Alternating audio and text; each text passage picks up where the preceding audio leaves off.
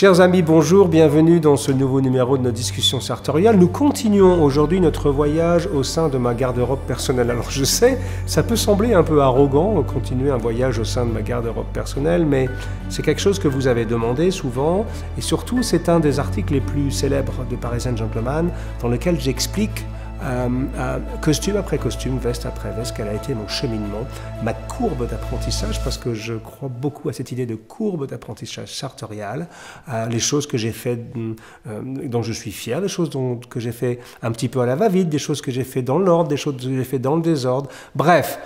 J'espère que cette série, au-delà de vous décrire ma garde-robe personnelle, qui n'est qu'une garde-robe d'un homme qui possède une belle garde-robe, mais j'en connais qui en possèdent des beaucoup plus importantes que moi, mais qui est surtout, je pense, qui a valeur, non pas d'exemple en termes de référence, mais qui a valeur peut-être d'influence pour vous donner des idées, ou pour vous ouvrir l'esprit et vous donner à penser sur le fait que se construire une garde-robe, c'est un sujet d'abord qui est passionnant, qui demande du temps, qui demande un petit peu d'argent, mais comme vous avez pu le constater, on parle pour moi en tout de 27 costumes sur une période allant de 2007 à 2019, donc on parle d'une durée extrêmement longue, et si vous réduisez ça au nombre de costumes achetés par an, cela fait à peine 2 costumes par an. Donc on est quand même sur quelque chose de très raisonnable.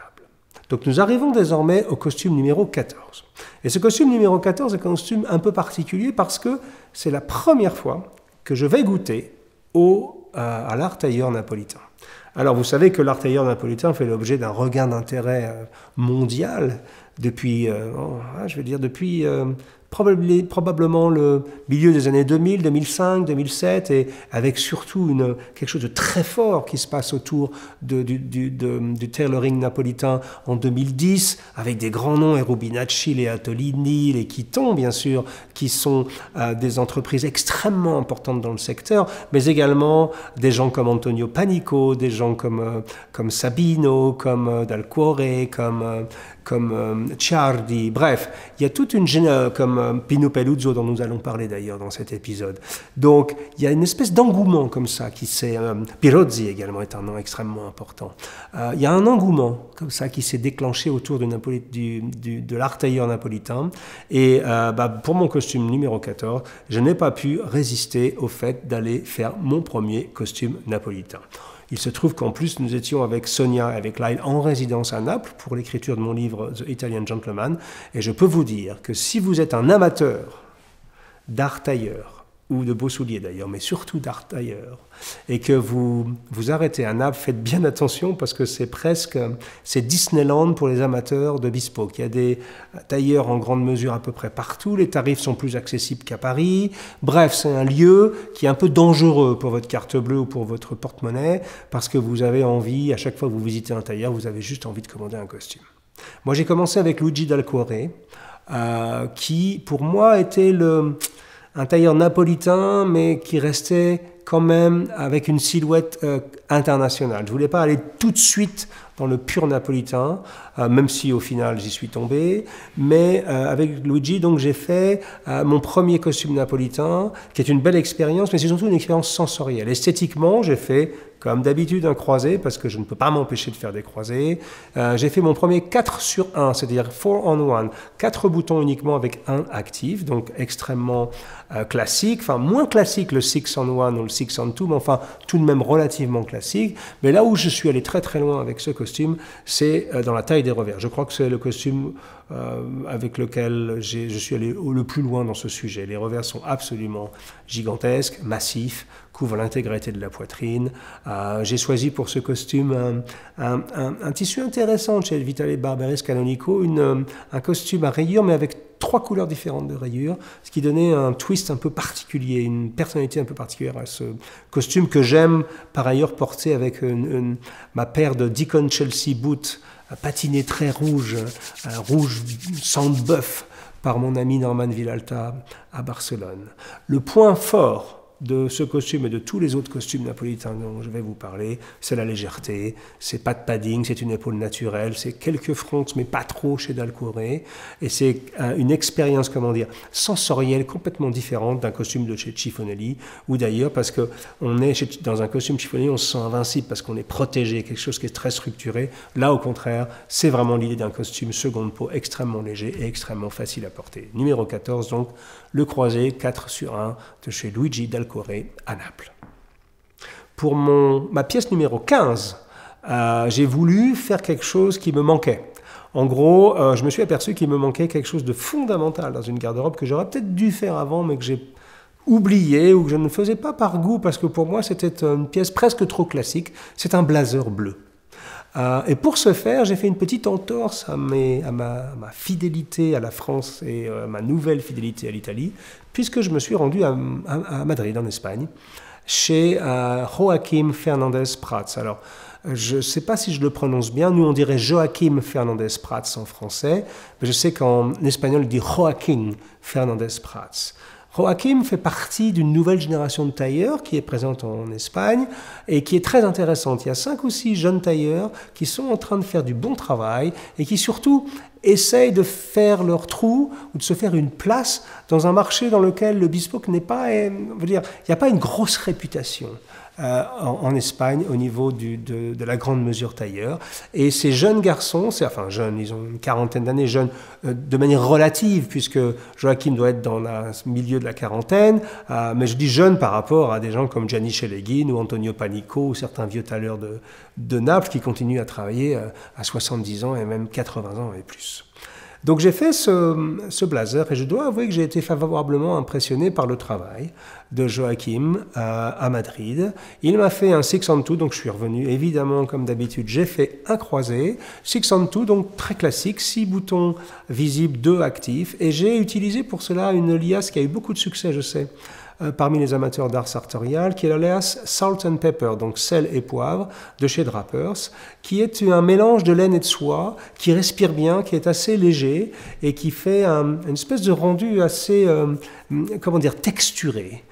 Comme vous pouvez le voir, c'est un blazer tout à fait classique avec des boutons. Moi, j'ai choisi plutôt argenté plutôt que doré, mais c'est donc un blazer classique bleu que vous pouvez porter que je porte avec quasiment n'importe quel type de pantalon, voire même un jean pendant le week-end. Donc, numéro 15, un blazer de ces Joachim Fernández Prats à Madrid. Retenez bien ce nom parce que l'Espagne commence à devenir une destination intéressante parce que les tarifs sont un tout petit peu moins élevés qu'en France ou en Italie et ces jeunes tailleurs sont extrêmement intéressants. Donc à Madrid, je sais qu'il y en a également à Barcelone, mais c'est surtout centré sur Madrid. Pour la pièce numéro 16, alors là, je me suis lâché.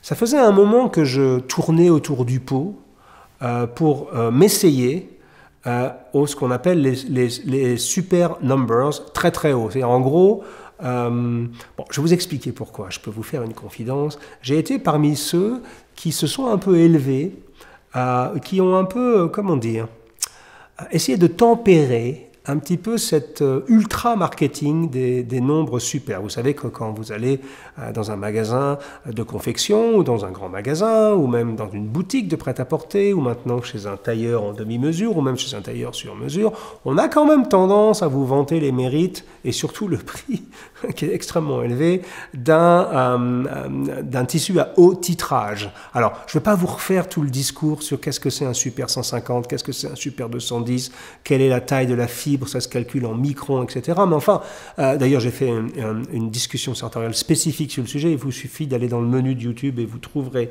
cette émission si vous êtes intéressé. Mais j'avais quand même, pour moi, l'idée que le luxe Super 160, on est, je crois, aux alentours de 14 microns. Un cheveu humain, c'est 60 microns. C'est déjà très beau. Et surtout, ça a de la tenue. Et j'avais cette considération qu'au-delà de Super 160, ça devenait un peu du snobisme. Et surtout, ça devenait extrêmement cher. Enfin, je veux dire, un Super 180, par exemple, peut coûter extrêmement cher, même directement vendu au tailleur. Et évidemment, vous, en tant que client, vous allez payer un prix invraisemblable pour un tissu que je considère quand même toujours comme étant extrêmement fragile. Pour autant, J'ai voulu tenter l'expérience avec quelqu'un que je connaissais bien, en qui j'avais confiance, et c'est donc Luigi Dal Corre qui allait faire mon premier très très haut nombre en titrage en termes de costumes, puisque j'ai fait un super 210, rendez-vous compte, avec un tissu magnifique de chez Piacenza à Biella. J'ai demandé pour ça à Gigi, à Luigi Dal Corre, de me faire un 3-roll-2, donc un 2 boutons avec un 3e bouton caché dans le revers. Hein, vous savez, c'est la typique veste napolitaine, 3 roll 2 on dit, et avec donc cette laine Super 210 de Piacenza. Inutile de vous dire que c'est un costume au confort absolument exceptionnel, et surtout à la patine, parce que j'ai découvert qu'en fait, évidemment, un Super 210, ça ne se porte pas tous les jours, c'est impossible. Si vous le portez tous les jours, vous allez le détruire. Mais si vous le portez uniquement dans des occasions spécifiques, ou si, par exemple, je me suis marié avec Sonia et je portais ce costume Super 210. Voilà une occasion très belle pour porter un costume d'un tel niveau. J'ai aussi remarqué que le tissu avait tendance à se patiner un petit peu au fil du temps. Je ne sais pas par quelle magie chimique, ou je ne sais pas si ça a à voir avec le niveau de finesse des fibres de laine, mais la patine est un peu différente. Et finalement, j'ai un peu revu mon opinion. C'est extrêmement agréable à porter, c'est fabuleux, c'est extrêmement luxueux, mais je persiste à dire que ce n'est pas quelque chose que vous devez acheter si vous êtes au début de votre courbe sartoriale, courbe d'apprentissage, même si vous avez les moyens. Je pense que c'est au-delà des moyens. Un Super 210, c'est magnifique, mais ça reste assez fragile, et surtout, ça a tendance à marquer un tout petit peu au niveau des genoux, par exemple, au niveau de la pliure des genoux. Donc, à utiliser, c'est magnifique, mais avec modération. Donc, c'était mon costume numéro 16. Vous avez vu que j'ai été quand même patient. J'ai attendu mon 16e costume pour m'essayer au très haut nombre, avec un Super 210, donc par Dal Corre, avec du tissu Piacenza. Pour mon 17e costume, qui n'est pas un costume, puisqu'il s'agit d'une veste sport, je suis allé, c'est toujours le problème à Naples, vous ne pouvez pas vous retenir, il fallait que j'aille faire quelque chose chez Ciardi. Alors, cette veste a un sens un peu particulier pour moi, puisque c'est une veste que j'ai réalisée en 2016 avec Renato Ciardi, quelques mois avant sa mort. C'est quelqu'un qu'on aimait beaucoup avec Sonia.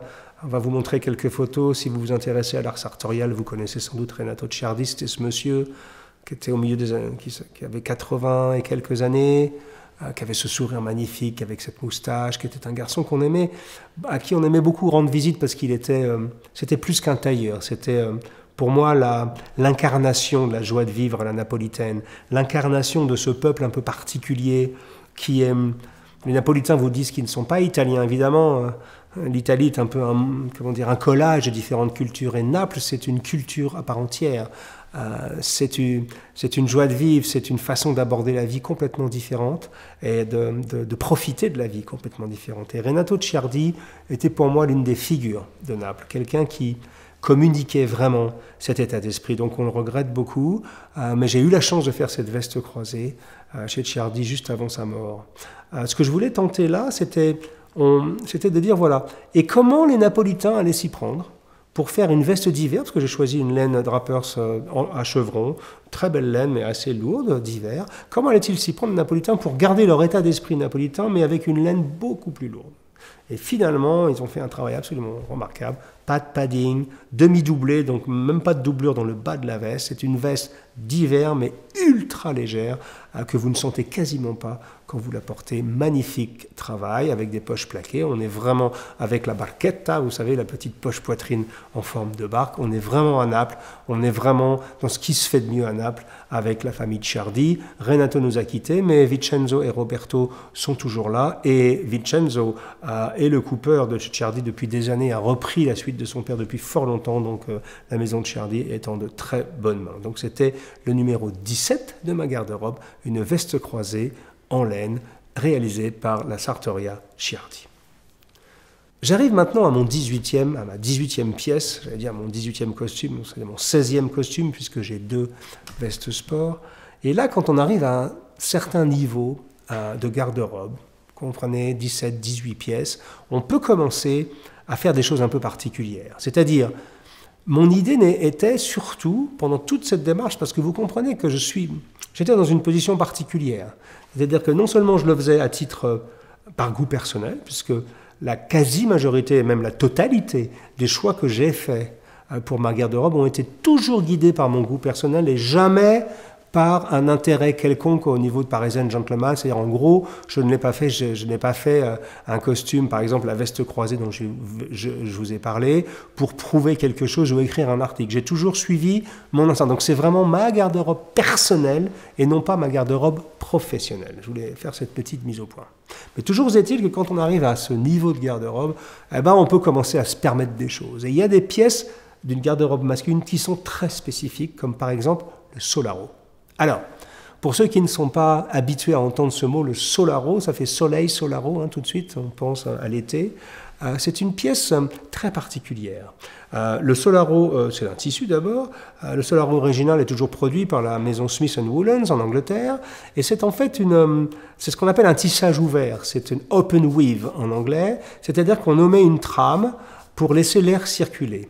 Et surtout, on rajoute une trame, généralement c'est plutôt marron, aux alentours des... Ouais, marron, l'original est marron, et à l'intérieur, on a une trame qui est rajoutée avec une couleur orange. Pourquoi? Parce que la couleur orange était supposée, à l'époque où ça a été créé, c'était à l'époque où c'était un habit de nature coloniale à l'époque, où les Anglais allaient dans leur colonie où il faisait très très chaud et portaient ça. Donc la trame orange était supposée refléter ou repousser les UV, les rayons ultraviolets du soleil. Alors, c'est pour ça que ça a été vendu et ça a été promu à l'époque comme un vêtement typiquement d'été. Alors, je me souviens d'une conversation qu'on a eue avec Mariano Rubinacci, le patron, le propriétaire de la belle maison Rubinacci à Naples, que nous connaissons bien, et qui porte d'ailleurs magnifiquement le solaro, puisque c'est une pièce très classique pour des gentlemen qui sont, comment dire, très raffinés. C'est pas quelque chose qu'on voit dans la rue tous les jours. Et Mariano Rubinacci nous disait que, en fait, le solaro n'est pas exactement un costume d'été. C'est plus un costume de printemps et d'automne. C'est relativement épais et c'est quand même difficile à porter quand il fait vraiment des fortes chaleurs au mois de juillet et août, où il est mieux de porter pas de veste du tout quand il fait vraiment très chaud, ou alors des choses comme du seersucker ou des choses qui sont vraiment faites, ou les nouveaux mélanges maintenant, soit laine et lin par exemple, qui peuvent supporter donc des climats extrêmement lourds. Donc le solaro, c'est très beau, mais c'est plutôt un costume, je dirais, que vous pouvez porter, au mois de mai, au mois de juin, et peut-être au mois de septembre et au mois d'octobre, mais en aucun cas au milieu de l'été. Donc cette petite mise au point étant faite, j'ai choisi pour ma part de faire un solaro un peu différent. Parce que je n'étais pas très fan du solaro classique, marron et orange. Je trouvais ça très sympathique, mais je trouvais que le rendu était un tout petit peu plus vieillot. Et aujourd'hui, beaucoup de maisons de tissus se mettent à faire du solaro ou du solaro-like ou du genre de solaro dans différentes couleurs. Et pour ma part, donc j'ai choisi avec Gennaro Formosa, de Sartoria Formosa, toujours en Naples, de faire un solaro de couleur verte. Alors évidemment, j'ai fait comme d'habitude un costume avec des revers plutôt généreux, parce que vous savez, c'est l'une de mes grandes passions. Je suis complètement allergique aux petits revers anorexiques, donc j'ai fait un joli costume droit avec des poches plaquées, un solaro vert, que j'ai porté pendant l'été. C'était un petit peu chaud, mais ça fonctionnait, mais qui était très agréable, et qui est très agréable à porter au printemps et à l'automne. Ce qui est important à comprendre avec un solaro, c'est que c'est pas un vêtement anodin. C'est-à-dire que quand vous voyez quelqu'un porter un solaro, ça veut dire que vous êtes en présence de quelqu'un qui s'y connaît, qui est intéressé par le sujet. C'est vraiment un costume de gentleman. C'est quelque chose qu'on trouve très peu dans le commerce en prêt-à-porter, voire pas, et qui doit être fait sur mesure, et surtout qui est un costume pour connaisseurs. C'est-à-dire que quelqu'un, même s'il aime bien s'habiller, il faut vraiment, vraiment avoir fouillé le sujet pour aller vers un costume en solaro. Mais c'est quand même une pièce importante à avoir si, après une dizaine de costumes, vous voulez commencer à vous spécialiser, à avoir des choses extrêmement raffinées. Le solaro devra faire partie, un jour ou l'autre, de votre garde-robe. Nous arrivons maintenant à la pièce numéro 19 de ma garde-robe. Étant toujours à Naples, il y a une espèce de... Comment dire? Il y a une maladie à Naples. Quand vous êtes sous le soleil de Naples, vous ne pouvez pas vous empêcher d'aller voir des tailleurs. Bon, moi, c'est mon métier, j'écrivais mon livre, mais surtout... Quand il fait chaud et quand il fait bon et quand on est au bord de la mer, on a plutôt tendance à commander des costumes d'été. Donc je me suis dit, tiens, je suis à Naples, je vais en profiter pour faire un costume d'été, mon troisième réel costume d'été. Et je suis allé dans une petite sartoria, un petit atelier qui est très très méconnu, qui s'appelle Manna, Raffaele Manna e Figli, donc qui est animé par Raphaël Manna et par son fils Fabio, et qui est une toute petite, comment dire, un tout petit salon tailleur niché dans une petite rue à Naples, que j'ai découvert et avec qui j'ai réalisé un formidable costume en laine Super 150, mais en laine, au mélange de laine et de soie, réalisé par Cacciopoli. Cacciopoli, donc c'est une institution à Naples. Si vous aimez l'art tailleur, si vous aimez les beaux tissus, il faut aller chez Cacciopoli. Cacciopoli, c'est un des plus gros stocks au monde de tissus, sont des marchands de tissus, mais qui font réaliser des collections spécifiquement pour eux. Et cette collection Super 150, donc qui est une collection spécifiquement d'été, fait partie de cette nouvelle génération de tissus. Vous savez, ces mélanges laine, soie, lin, en l'occurrence là c'est soie et laine, extrêmement léger. J'ai choisi donc une couleur bleu ciel avec de la couleur, une couleur un peu rose à l'intérieur, ce qu'on appelle un window pane, donc un carreau fenêtre. Et la particularité de ce costume extrêmement léger, bien sûr, puisque c'est un costume napolitain, donc sans doublure, complètement libre à l'intérieur, sans padding, sans aucun rembourrage aux épaules. La particularité de pouvoir être porté en 6 on 2, puisque c'est un costume classique, croisé encore une fois, vous voyez, je suis incorrigible sur les croisés, mais celui-ci peut également être porté en 6 on 1, c'est-à-dire qu'en gros, vous pouvez le porter soit fermé, boutonné jusqu'en haut, soit vous boutonnez le dernier bouton, et auquel cas, la boutonnière du bouton précédent est dans le revers. C'est très napolitain comme approche. Vous savez, les napolitains, ils font jamais les choses comme les autres. Et au lieu de faire soit un 6 sur 2 ou un 6 sur 1, un 6 sur 1, pardon, excusez-moi, j'ai du mal à dire 6 sur 1 ou 6 sur 2, 6 on 1 ou 6 on 2, eh ben à Naples, ils font des costumes qui peuvent être portés des deux manières, parce qu'à Naples, tout est permis, tout est question de liberté. À Naples, on est libre, on s'habille comme on veut, et si on a envie de porter son 6 on 2 en 6 on 1, eh ben, on a totalement la liberté de le faire. Donc numéro 19, costume croisé de chez Manna avec une laine Super 150, laine et soie, pardon, Super 150 de chez Cacciopoli. Et enfin, quand je dis enfin, c'est pas pour ma garde-robe, mais pour finir cet épisode avec la pièce numéro 20, nous sommes toujours à Naples, et là je rencontre quelqu'un qui est devenu depuis un ami, et qui est quelqu'un que nous apprécions particulièrement avec Sonia, parce que c'est probablement l'un des plus passionnés, parmi les passionnés, et qui est quelqu'un qui mérite d'avoir une audience beaucoup plus large que celle qu'il a aujourd'hui. C'est notre ami Pino Peluzzo à Naples. Alors, quand j'ai rencontré Pino, vous comprenez que je venais de faire un costume d'été avec Manna, j'avais fait un Solaro avec Formosa, j'avais fait différents costumes avec Dalcore, j'ai fait un Super 210, donc mon idée, c'était toujours, mon obsession, c'était jamais de me répéter. Je voulais pas avoir les mêmes choses constamment. Et je me disais, mais qu'est-ce que je vais bien pouvoir faire avec Pino? Et puis l'idée m'est venue d'un seul coup, en disant, et si je faisais une veste en velours, une smoking jacket, donc une veste, pardon, plutôt formelle, mais en velours bleu. Parce que j'adore le velours bleu, ça a toujours été mon rêve d'avoir une veste en velours bleu, parce que la veste en velours bleu est normalement une veste de soirée, que vous pouvez porter avec un pantalon noir, avec même des chaussures de soirée. Ça peut très bien fonctionner dans une soirée black tie, parce que vous avez le droit de faire des petites entorses. C'est vraiment dinner jacket, hein, c'est vraiment une veste de smoking, quoi, c'est une veste de soirée. Mais c'est aussi... en 2019, on peut aussi porter ce genre de vêtements dans un registre plus décontracté. Moi, j'ai vu beaucoup de jeunes gens maintenant porter des vestes en velours. Je ne parle pas de velours côtelé, je parle du vrai velours bleu ou rouge d'ailleurs, ou vert, par-dessus un jean. Donc c'est en train de changer un tout petit peu, et cette pièce m'intéressait. Le seul problème, c'est que le velours est un enfer pour le tailleur. Pourquoi? Parce que vous savez, ou vous ne savez peut-être pas, que lorsqu'un tailleur travaille sur un costume, l'un de ses outils principaux est non seulement le ciseau, le fil et l'aiguille, mais également le fer à repasser, généralement des fers extrêmement lourds en fonte, et la vapeur.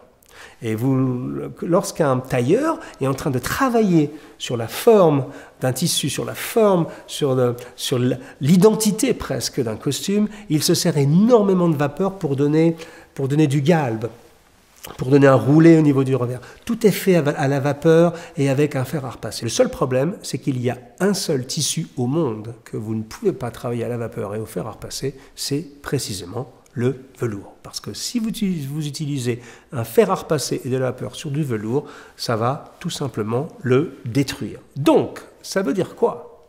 Ça veut dire que pour un tailleur, tout se fait à la coupe et aux essayages. C'est-à-dire qu'il n'a aucune possibilité de former son costume au fer à repasser avec de la vapeur qui permet de donner donc des formes, des galbes au costume. Il doit tout faire, tout doit être fait à la coupe et ça demande un travail d'une précision absolument phénoménale. La veste que Pino Peluzzo a réalisée pour moi était absolument parfaite. Et en plus, il a ajouté une touche napolitaine. Normalement, c'est une veste plutôt formelle. Mais on a décidé de faire une espèce de veste hybride avec des poches plaquées et non pas des poches passepoilées, comme ça devrait être fait normalement sur ce type de veste. Et je suis très content du résultat. Pino Peluzzo est un grand tailleur. Je sais qu'il travaille actuellement avec la maison Marolles, qui est notre maison, l'une de mes maisons de chemise préférées au monde, et qu'il a fait un partenariat avec Marolles et il voyage maintenant dans le monde entier, au Canada, en Amérique, également à Londres, je crois, et de plus en plus donc Pino Peluzzo est associé au nom de Marolles, qui, je pense que c'est une très belle association. Je sais d'ailleurs que Enzo Bonafé, le chausseur, est en train de faire partie de ce pool, et les trois voyagent ensemble, et je peux vous dire que Pino Peluzzo est un tailleur que vous devez un jour ou l'autre rencontrer, parce que non seulement c'est un grand tailleur, mais en plus c'est un mec super. Voilà qui conclut cette troisième partie du voyage au cœur de ma garde-robe, et je vous donne rendez-vous pour la quatrième partie dans un prochain épisode des discussions sartoriales. Bonne journée, bonne soirée.